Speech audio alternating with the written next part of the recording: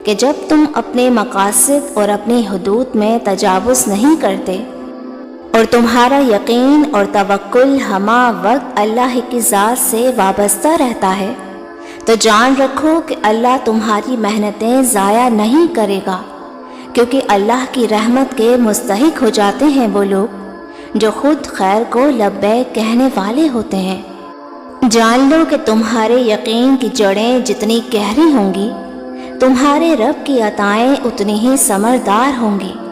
मुतमईन हो जाओ, तुम्हारे सजदे और तुम्हारे आंसू अन करीब तुम्हारी मतलाशी निगाहों को वो नज़ारे करवाएंगे जिनकी तुम तमन्ना रखते हो।